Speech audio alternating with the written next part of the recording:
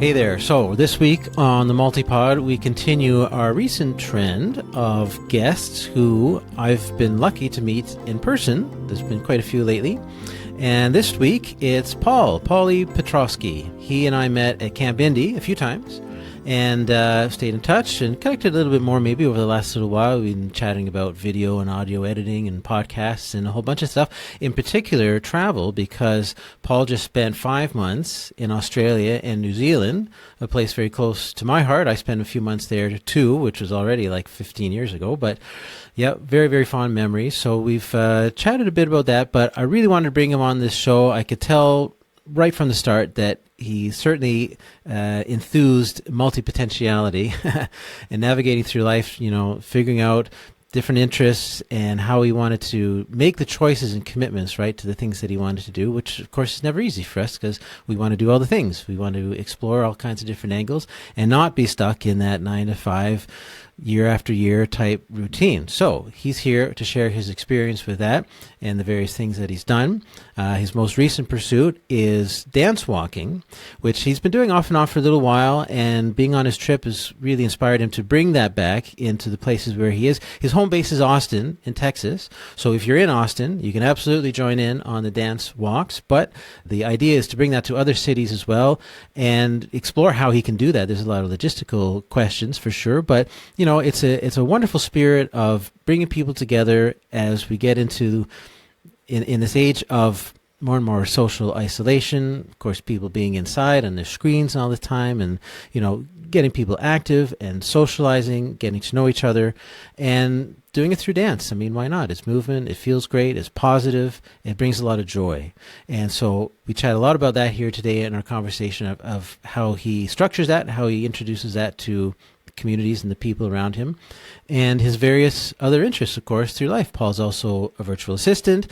He spent a lot of time, not just recently, but as he shares, for years, he's been doing house sitting and pet sitting. So he's quite the veteran in that, and knowing how to plan and structure your life around different kinds of house sits. So a good person to reach out to if you have questions about that too.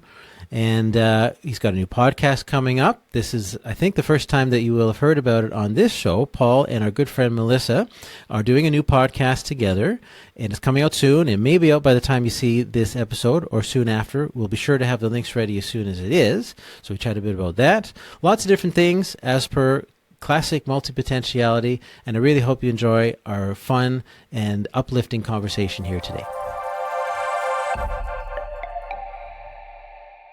Okay, welcome back, everybody. This is the MultiPod. I'm joined by a new friend of the podcast, but I'd say an older friend of a lot of our viewers and listeners. Paul Petrosky is here. Great to have you on the show. Thanks for having me, Ted. I'm excited. Yeah, we've been chatting about doing this for a little while, and now's the time, largely because of time difference, because you're no longer, 13 hours apart, or 16 hours, something like that, yeah. Or, well, with Canada, yeah, I'm not sure. Yeah. Something like crazy like that.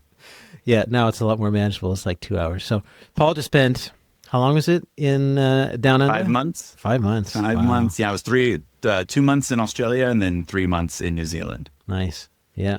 Yeah, it's true. We it's one thing in common, because I did that, and my wife was there for most of that time, way back in 2011-12. But we spent 4 months in New Zealand, and spent a lot of time over in Melbourne, where you were too. So, yeah, it's interesting to kind of revisit some of our travels, watching you explore both those places. New Zealand always still has a special place in our memories, in our hearts. It's a beautiful, beautiful place. Yeah. I love talking to you about it too, because it was wonderful talking with someone who had been there and like knew the places, because, you know, it's like a far off place that not a whole lot of people I know have gone to. So it was a lot of, you know, it's good to know that like someone understood where I was. Yeah. And when we were there, I told you, I think that, you know, we really had the attitude, the perspective, like this could be the only time in our life that we're here. We really wanted to make the most of it. We were lucky we had enough time. We had 4 months we could spend, but we really approached it that way. We saw as much as we possibly could, right from the south tip to the north tip of the North Island. So, yeah. Yeah. Same, that it was going to, you know, because it always can be, right? You just never know what's next. But I also, it was a little different for me just because I was traveling solo and I wasn't driving, just because, you know, I was like, if I was with somebody else, I'd be more comfortable getting behind the wheel on the left side of the road and everything, but I just wasn't. And so it did kind of limit some of the places that I could see. But towards the end of the trip, I realized, you know what, that just leaves more on the list to check off for next time. So it just means that I have to go back. Nice. Yeah, I like it. Well, yeah. So we're going to have our multipotentialite conversation here and revolve around our central theme of the podcast, of course, and get a bit of your backstory and the things you're interested in, the things you're up to these days, how people can connect with you, of course, at the end. And get to know Paul that much better. So I often start, well, are you familiar with the term multipotentialite or one of the other terms that often is associated, polymath and octopus and things like that? But is that something that, you've kind of been aware of for a while? I definitely heard the term multipotentialite through one of our former Location Indie members, and then meeting you at Camp Indie, I definitely heard you guys recording and had always heard about this. And when I learned about the definition, I was like, yeah, that pretty much applies to me because I love a lot of different things. And even though a lot of things might kind of fit under one umbrella, the whole sort of thing that we hear a lot in social media and business about niching down to one thing has just never sat well with me because I'm like, but I'm not one thing. That's pretty much none of us are really. Yeah, pretty much sums it up. How have you therefore been able to kind of navigate? I mean, a lot of it does, often comes back to jobs and career and stuff and kind of what you do for a living, but even in turn that we are more than just our jobs and our profession. So how have you kind of, navigated through life, choices, commitments and things you've done, at least since you're an adult, that kind of thing? I think because in terms of career, I've always felt for a long time, as long as I've desired to travel and, I've always had that deep feeling that whatever I'm doing for my work, I want it to be meaningful, personally meaningful to me. And also I'm a creative. So that kind of brings me alive. And there's always those, I'm sure many people have this story of like trying to figure out how to piece those things together and sort of bring them together. But, for years, because I worked a lot in admin and I did a whole lot of like stopgap jobs while pursuing, my creative pursuits outside of that, but wondering how I could make the creative pursuits more of my life. And for many years, I did different things from like admin work to podcast editing, video editing, virtual assistant work. And I kind of always saw me doing those different things as almost a detriment, like, oh, I don't have like deep experience in one area. But then when I got my first virtual assistant client back during COVID, he was like, that's actually an asset. The fact that you're able to do all these different things. You're great with the, organizing on the back end, but you can also edit the podcast and these videos. And, so that's when I started to understand like, oh, maybe I don't have to choose. Maybe it's a strength to have all these different interests and abilities. Mm-hmm. Yeah, that's great. So maybe in the last few years then, what kind of work are you pursuing now? And how are you able to maybe integrate that instinct for work and commitment, to what you do? And how do you make the commitments that you choose to make? Well, that's a good one.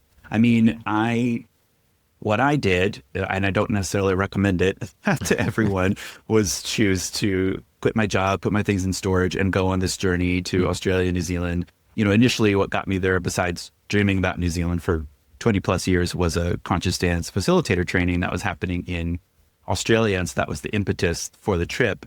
Yeah. And it just started to make more and more sense to like not hang on to my lease and have to deal with that and just go, which I've done before. And so it was exciting. And so it was a huge shift for me. And I didn't know that I was going to be gone 5 months. And so coming back, I'm now house sitting back in Austin, where I'm from. And I'm sort of navigating all of that currently. It is a huge life shift. I basically just pulled the plug on the 9 to 5, which, like I said, I don't necessarily recommend, but it's what I did. And it's what worked for me at this time in my life. And so, now I am kind of navigating essentially 3 businesses because I'm doing house sitting and pet sitting.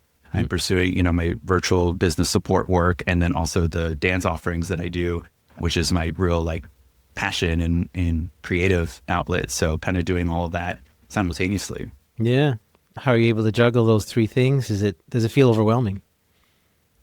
Yes, I've been back in Austin for almost 3 weeks now. And, it's very exciting. And I think you said on the episode with Steve and Patty, it's like, how do you turn it off, especially when you care about, and I'm learning that as we speak, like all of the things that go into, even if they're fun, creative, joyful things that you love, especially as a solopreneur, it's like you do all the things, the promotion, the admin, all of it, and the visionary.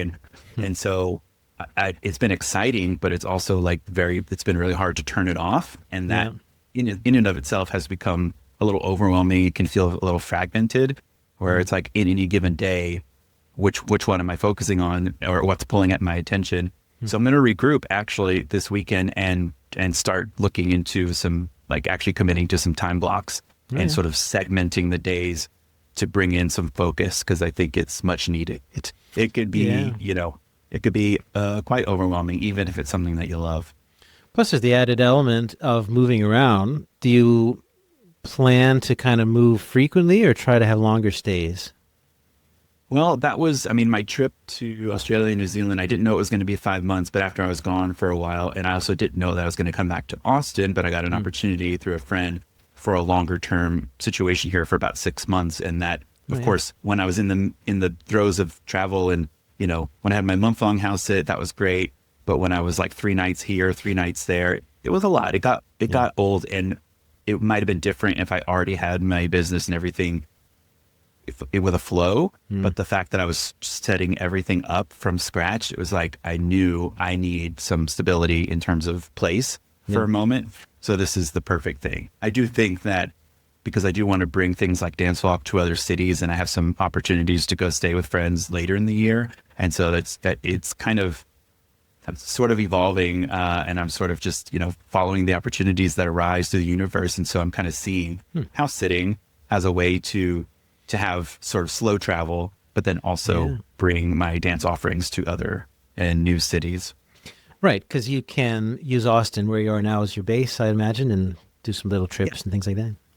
Yeah, and it'll always be. I grew up here, since like 94, 95, and so I went to high school here, I went to college here, and so it's just a different energy, I love Austin, I always will. Some of my deepest, oldest, best friends are here, so I'll always have a home base here, but there's definitely, especially after having traveled and being around like, pine forests and mountains and oceans, it's like, that's what really makes my soul come alive. Yeah. And so a little bit of this, it's like multiple levels, talking about MultiPod, it's like opportunities to bring the dance offerings to different cities, but also opportunities for me to experience being in different places and kind of try them on, see what might feel good as a potential home base.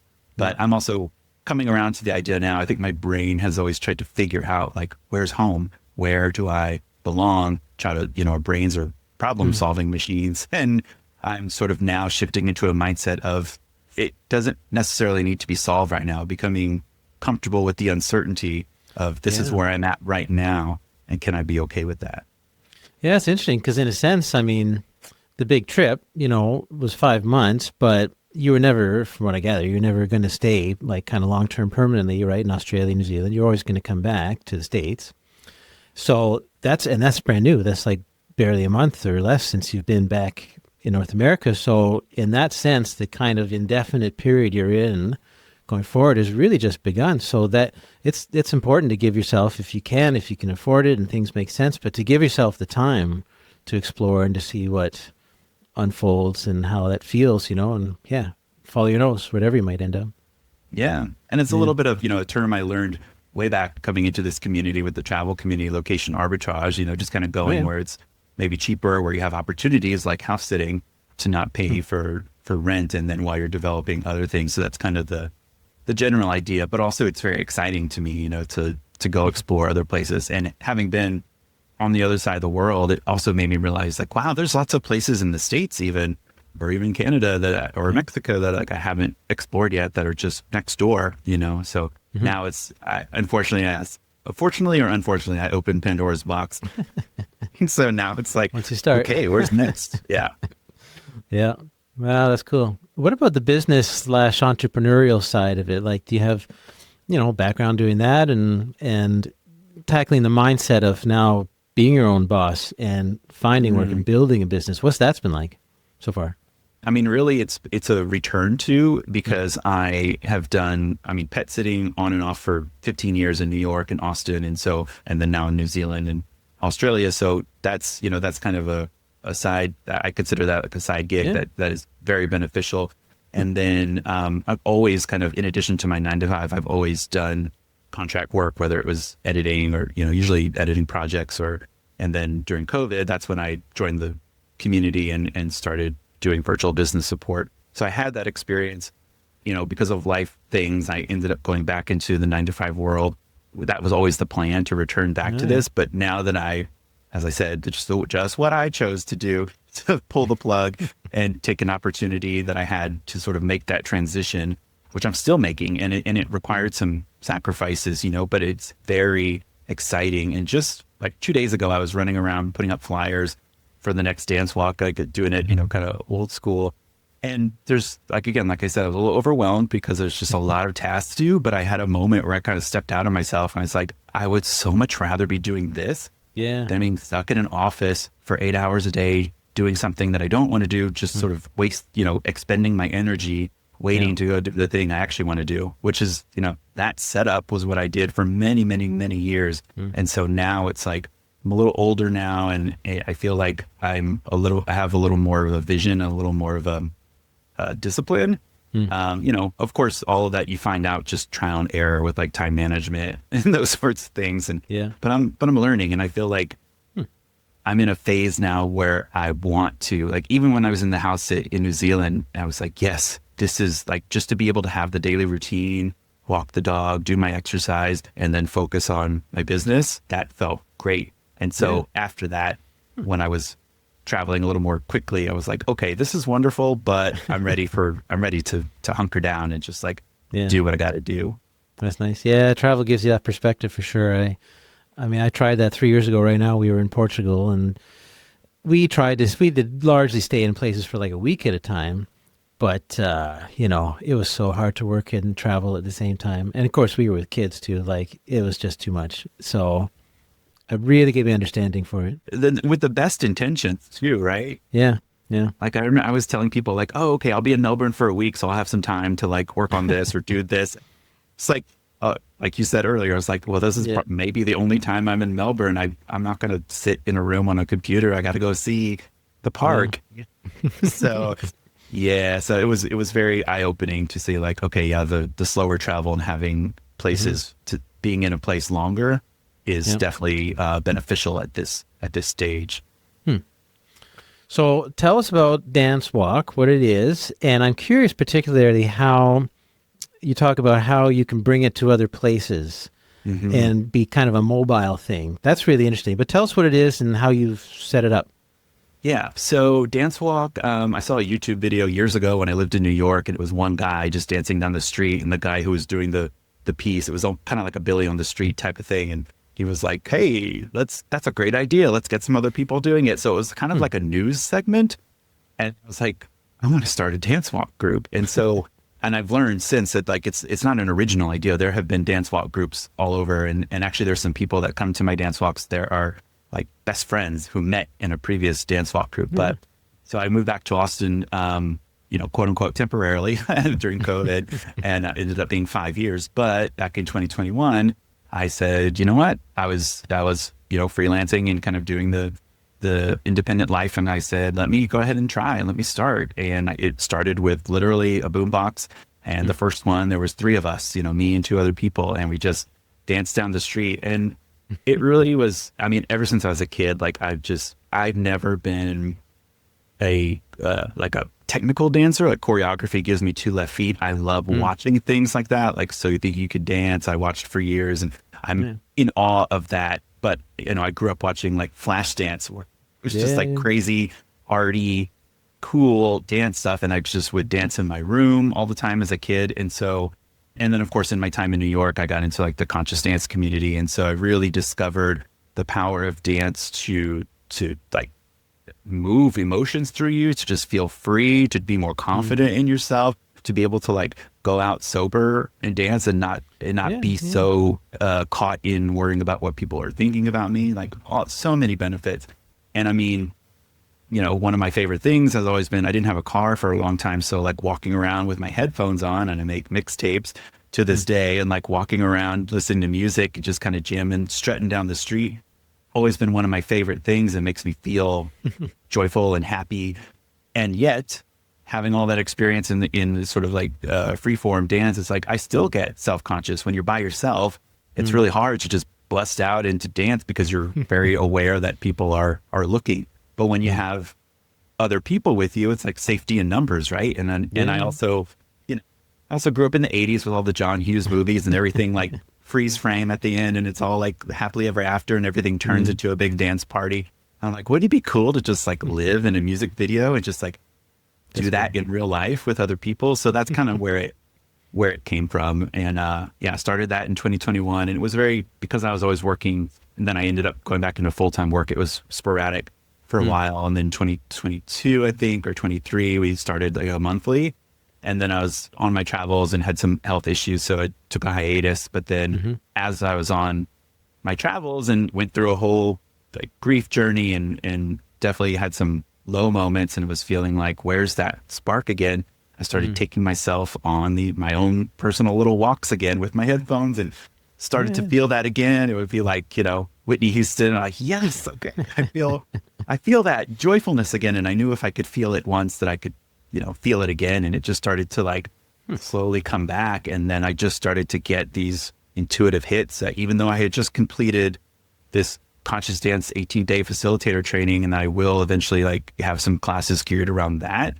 But what started coming to me was bring dancewalk back. That's what needs to happen first. Yeah, interesting. Yeah. And I started to realize that, you know, beyond it, yes, it being fun and whimsical and joyful, it's like, especially now with things intensifying in our world, with so much division and technology and AI and everything speeding up, we need to come together and remember what it's like to be human together, and connect with ourselves, with our bodies, with each other, and spread a little kindness. You know, it might sound a little naive, but I really believe that like these moments of, you know, that's a big part of Dance Walk. When I tell people when we go out there, like we're doing it for ourselves, but we're also like telling people, good morning. We just did one last night. We're like, happy Thursday, you know, just trying to put smiles on people's faces. We have signs that say like, you are loved, you know, just trying to remind people that, hey, it's okay to connect. Is there a conversational element to it, before or after kind of thing? Do people like chat about the experience, or just, you know, is it a social thing in that sense too?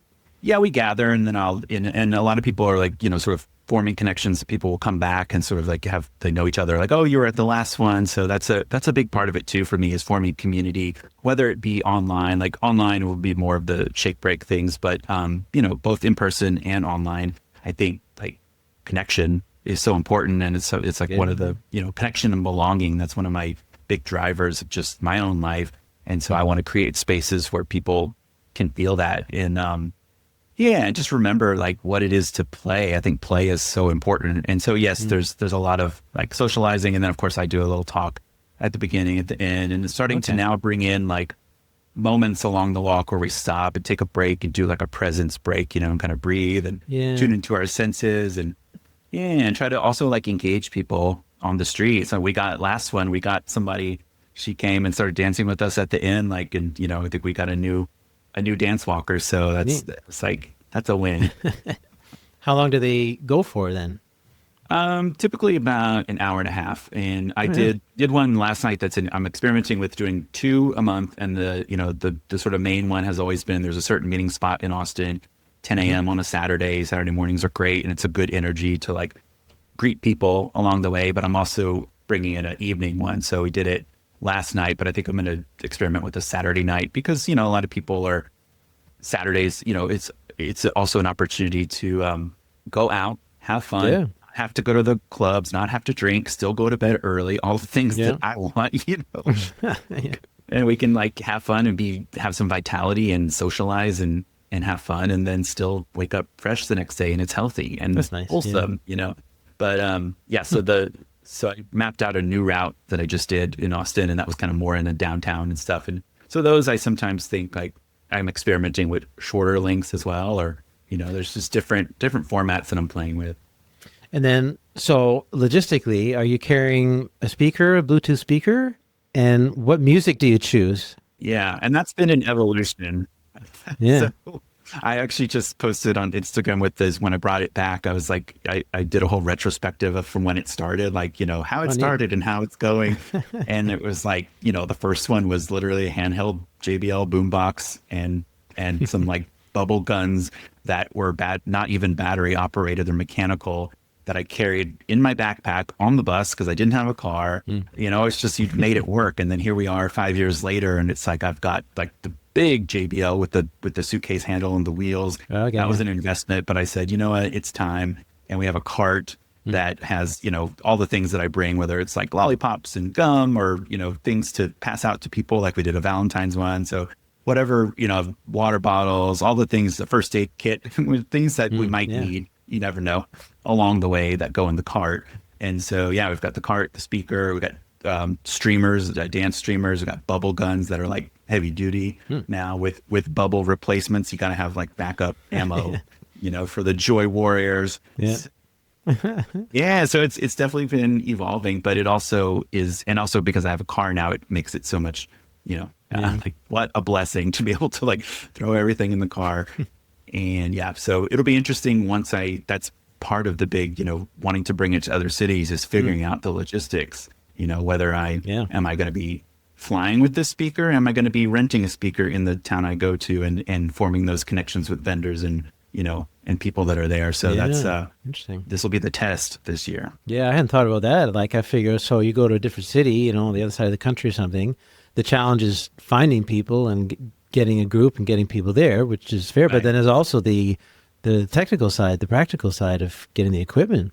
Yeah. Right. And like, whether it's like renting a car, and learning a new city and then it being able to bring everything. And then, you asked about the music too. I mean, yes, I probably spend too much time obsessing over the playlist, but that's also like, that's my creative jam. That's what I've been doing since I was 15, probably younger actually, is like playlists. And it's a form of editing, it is, it's a storytelling. And I've done these dance walks long enough to where, at least on certain routes, I know, okay, around this time, we're going to be at this stopping point. So I want this song.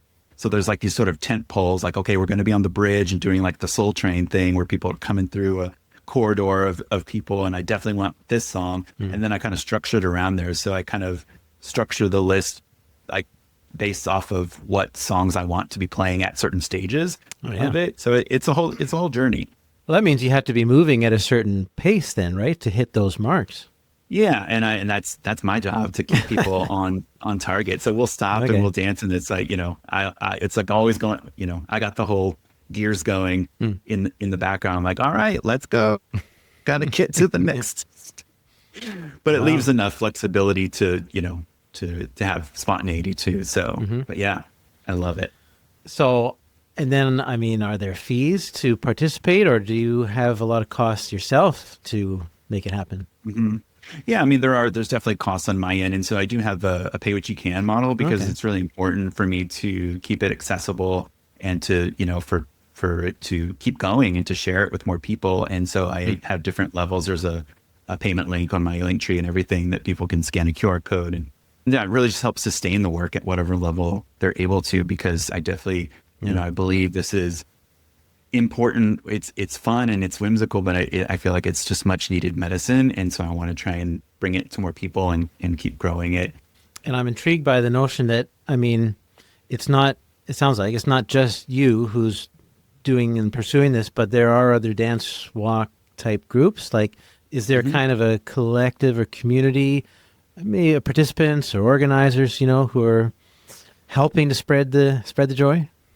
I'm not sure. I need to look into that. Although, interestingly, my dance teacher from Australia that I did the training with, she has a friend who's based out of Melbourne who does similar, but his are like silent disco. So he has the headphones, but he also does like tours. So they're dancing with the music, and then he stops and talks about certain places. But and he takes that on the road and has a whole schedule of like cities he's going to be in. You can hire him.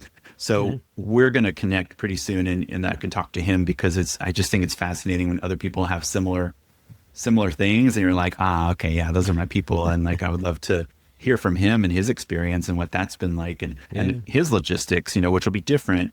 Like if he's using the headphones, having to shift those. And yeah, it'd be really interesting to talk shop. Yeah, that's true. Let's walk shop. So if we bring it back to the multipotentialite kind of lens on, lifetime commitments, things like that, how do you kind of mentally see doing dance walks as something that's really passionate, but do you ever worry that you might get tired of it? Because what happens with a lot of multipotentialites is, we're really enthusiastic about something. Not everybody's necessarily like this, but it's a fairly common thing. We're really passionate, enthusiastic, and then we kind of burn ourselves out. And we worry about how we sustain that interest. We can usually sustain it for, it depends what it is, a few weeks, a few months, a couple of years though, I don't know. Do you worry about that? Do you think about that? Or, are you taking it kind of a step at a time? How do you integrate it into all of your other interests and passions? Yeah. I do think about that. And I'm also a Libra, which if you're into astrology, it's a cardinal sign. So we're like great at starting things. And I love, I definitely have that shiny object syndrome, or have in the past where, it's I get really excited about one thing. One thing about this with the dance stuff is that it's been years now, and it's something that I know that is part of me. And so it is just about making it sustainable for myself. And I will say, I never thought I'd hear myself say this, but I think I love ChatGPT. I resisted it for so long, but I've been utilizing it lately, and it's been really helpful to sort of like reflect things back to me and organize things and ideate. Yeah, and coach in a way that's been really shocking. I don't know if it's because it knows that I'm all about embodiment and nervous system approach, but that's how it reflects things back to me. And it says like, all right, let's break it down. Like, let's take it one step at a time so that we don't overwhelm ourselves. Because I do have that long-term vision of where things can go and how I want to bring it to other cities and then the other dance offerings and the, digital library and all these things. But it's like, they can't all happen at once. You have to do it stepwise. And so it's been a really helpful tool for reining it in and sort of tempering that impulse to just do everything and stay up all night working on it. So So that's actually what like I was saying earlier, I'm going to take some time this weekend to kind of shift back and put some more focus into, virtual business support, doing some pet sitting coming up and just sort of slowing things down. I also did understand that there's a lot of heavy lifting that goes into like starting something new or reviving something and getting all the things going again. Yeah. And it was a bit ambitious. Like when I got all excited in New Zealand and I said, I'm going to bring dancewalk back and I'm going to do it 4 days after I get back to Austin because it's going to be Valentine's Day and it's love. And it's like, I'll see everybody again. It'll be a great welcome back. And it was, but like 2 days after I got back and I was going to my storage unit I was like, what have I done? Because jet lag. Yes, it was a lot, but I'm glad I did it. But it was kind of like, I just wanted to hit the ground running. And so it's been kind of like that for the last 3 weeks. I'm like, and then I'm doing Shake Break and bringing that back. And so there's just been all the pieces, all the promotion, all the back end technical pieces. And so that's been a lot. But I also know that now that I've kind of settled on, okay, we're doing 2 dance walks a month, doing 2 Shake Breaks a week online. And that's, we're going to kind of cap it there for the moment. Yeah. And that'll allow me to sort of just be more in maintenance with that. I have like the rhythm going, right, as opposed to like everything being like, okay, we got to figure out all these pieces to start something. Yeah, that's good. Well, structure helps for sure, and taking things a step at a time. Yeah, I like that. One thing ChatGPT actually made me laugh out loud because it said something about, it was talking about time blocking and saying like, okay, when you're focused on virtual business, then that's what you're doing, and when you're doing dance stuff, then you're body soul electric, and that you don't mix them right now. And it was saying no creative rabbit holes. That made me like, I was like, that's all that's been happening is like go on Canva to make a new logo. And the next thing I know is 3 hours later. And I'm like, what was it I was supposed to be doing? Oh, that's the worst when you forget the thing you were going to do. Because when you care about it and it's creative, it is all important, but it all feels urgent, at least to me. And it's like, that's what I'm slowly learning is to like prioritize. Okay, what's the thing that will move the lever that I can get done today or when I have it scheduled? That'll be the challenge for me, is like, I'm great with appointments with other people, not so much with keeping appointments for myself. And I think a lot of us can kind of relate to that. And that's something that I'm definitely absolutely working on. Yeah. Yeah, I struggle with that too. I always get work done for other people. I always hit my deadlines, but then when it comes to doing my own stuff, usually it's like, nah, I'm too tired, or I can put it off. And it can take a lot of, energy. There's nobody waiting on this today. Yeah. There's accountability issues for sure, but I feel like, I don't know. It's it's a question of like mental energy and focus, in a sense that like I really want to do this, and this podcast is a great example because like I'm doing it. I'm getting episodes out, and you and I've talked about this. How like it just kind of stops there. I want to be able to put more into it, whether that's planning and kind of shaping the content a bit more, and certainly talking about it, promoting and stuff like that, because it just kind of grinds to a halt, and that bugs me. But it's like when I have a moment, if I have a moment of like free time, I'm like, oh, I don't feel like doing it right now. Like a lot of what I do is based on spontaneity and what do I feel like doing. That's an interesting. That's an interesting thing to navigate through life, especially when you're self-employed. Because like I don't have any choice. If I have things to get done, I have to do it, whether I feel like it or not. And my brain kind of works pretty well that way. Like I always hit deadlines. Deadlines really help. But if otherwise there's no real deadline or accountability, and it's kind of my own thing, I'm too lax at just saying, yeah, I'll do it next week or whenever, right? Which bugs me. I want to work on that. Yeah, me too. I think this year, especially, I kind of committed to myself, or said the sort of theme word that I'm really wanting to work on, or that I am working on, is integrity. Like just for myself, being in integrity with my word, whether it's like I told a friend I would help them move a mattress, or I told myself I would do this one thing today, whether even if that thing is like, I'm going to take a bath and rest today, like, but actually following through on it and doing that kind of is helping me to like believe in myself more, because it's like, we can't really lie. I mean, we can lie to ourselves, but it's like, we know, and so it's like today it was a perfect example. I'm doing Shake Break online now, Tuesdays and Fridays. And last night I dance walk last night. So I was already pretty burnt out for the week the week. I was a little, tired, but I showed up for dance walk anyway. And of course had an amazing time. I knew I would, but I also knew I had Shake Break and then recording today. And I was like, I'll get some good sleep. No, I woke up at 2:30 a.m. and couldn't go back to sleep and tossed and turned. So I had some insomnia today, and and all the tech issues and everything was going on today. So I thought for a moment, I could just put a post out and say like, oh, we're not, no Shake Break today, back next week. And then I said, no, this is something I committed to. It's the first, it's like, I want to be integrity with myself. Yeah. I can bring the intensity down to make it sustainable for myself, but also show up. And I did, and it was amazing. And I'm glad that I did. So little by little. That's a crossover, because for me, it's like when there's other people involved, I don't want to disappoint them. Probably. I don't want to, have some negative impact on them, especially if it's a commitment I made. But it's a commitment to myself. I'm not afraid to disappoint myself. I need to work on that. All right. Well, I want to certainly get to how people can reach out to you, get in touch. Can we do a little teaser, though, before we go, of what I hear is a new podcast that might be coming along? Yes. Yes, indeed. So Melissa, who's in the ILC community, one of my best friends. So we have recorded a few episodes of a podcast that's currently in production. It's another thing I need to sit down and do. So it's called Banana Phone, Life and Stuff with Mel D and Paulie P.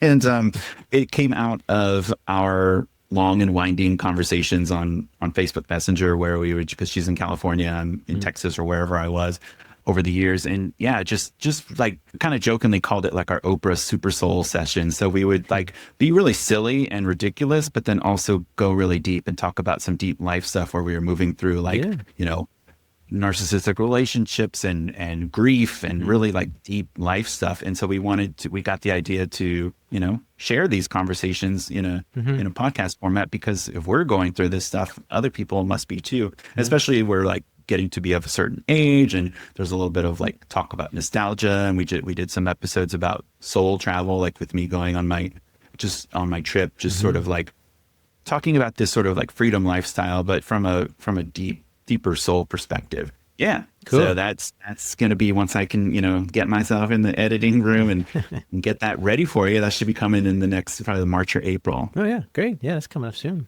Cool. Yeah. I've been really intrigued by, it sounds like a mix of kind of the fun, even goofy stuff, but then the serious stuff too. It's a nice balance. And I think that's the kind of conversation people like to watch and listen to. Yeah. Yeah. We also did, because we meant to record one before my trip and time got away from us. So we did a mini one from the car on the way to the airport. Yeah. And so that's sort of becoming a thing. We just, this past trip when I came back, and I was in LA for a week with her, and we did a car cast. So we recorded from the car, going to see some sights. And I don't know, it was really fun. So that might become more of a regular part of the series, as a car cast from the road. Yeah, that's neat. Cool. All right. So, well, whenever we get the links for that, for sure, we'll put it in this episode, maybe kind of a post-dated thing, but I'll get it in there once it's out. And and it is part of our podcast network, or will be once it comes out, Bold Departure Network. So MultiPod's in there. Wandering Weirdly, we had Thomas and Annie on in our last episode. So yeah, we're slowly getting the word out about that too. That's been fun. Okay, so if people want to connect with you, let's see, Dancewalk, house and pet sitting, virtual assistants, any other things, of course, where do you point them? What's the first place they should go to? All of the things. Well, if you go to my website, bodysoulelectric.com, that'll kind of give you a fork in the road. You can go to like the virtual business stuff or the movement stuff, but it'll have a link to my Instagram. So that's also Body Soul Electric. And Instagram has the link in bio, the link tree that has all the things. So that's a good place to go. And always, feel free to reach out to me, to DM me on Instagram or email through the website. Awesome. Cool. Well, it's been great. Yeah, it's great to get your story and insights, hear bits about your trip and what you're up to. Awesome. And Shake Break is 20 minutes twice a week, and it's online. So, people can join from anywhere. So, depending on time stuff. And there'll be some replays coming. There'll be a vault. So I really encourage people to come if you want to just have a little midday shake off some stress and move your body. Go for it. We're coming together. So yeah. Nice. Great. Well, we'll keep in touch, and thanks for being here. Thanks for having me. This is awesome. Cheers. Well, wonderful to connect with Paul. Again, we've been meaning to do that for a while, and it's a common theme. You watching and listening, you may have heard from me already. We may have been chatting already about coming on this show. So let's do it. Let's make it happen. If you haven't heard from me yet, hopefully you will. Absolutely, you're welcome to reach out to me and say, hey, I'd love to come on the MultiPod, just like Paul has done, Annie and Thomas recently, Dawn, and all of our other wonderful guests over the past year. And of course, going back to 2018, people love coming on the show, share their stories, their interests, what they're up to, passions, business maybe, and how they navigate this life of multipotentiality. We don't want to choose. We don't want to have to specialize and get stuck in that one thing for years or even a lifetime. So this show is all about sharing that particular perspective on life. It's great to get that with Paul. So do reach out to him, if any questions for the things that he's doing. The dance walk for sure in particular, he's got a lot of great experience and insight on how to do that, but also, what it means and the impact it can have on the people around you, communities and events. He did it at camp, of course. I mean, anyone watching who's been at Camp Indy, you'll know that Paul would always do a dance walk through camp for one of the days. So there's a good chance that you're familiar with it if you were there. But it's a really neat idea. So absolutely reach out. Links, of course, will be in the notes here. And we'll be back in a couple of weeks with another old friend of the podcast, actually from Australia too, from Melbourne, our friend Katsy, who initially connected with myself and the MultiPod through the Partyverse. And we've stayed in touch a little bit. She has a new book coming out, and we'll learn all about that in our next episode, which also should be out right around the same time. We'll be sure to get the links in as soon as it is. So I'm really looking forward to reconnecting with her. It's been a while since we actually talked on video, an actual live call. So looking forward to sharing that with you. That'll be our next episode coming out. And as always, your call to action, a couple calls to action. Reach out to Paul if you want to make that connection, if something sparked your interest, if you want to introduce yourself or maybe catch up if you haven't talked to him for a while. Send those messages and say, hey, it'd be great to chat. That's number one. Number two, write to me.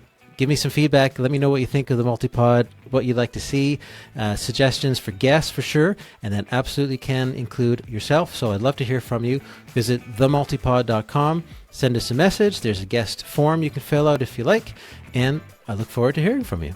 Thanks so much, everybody. We'll be back again soon.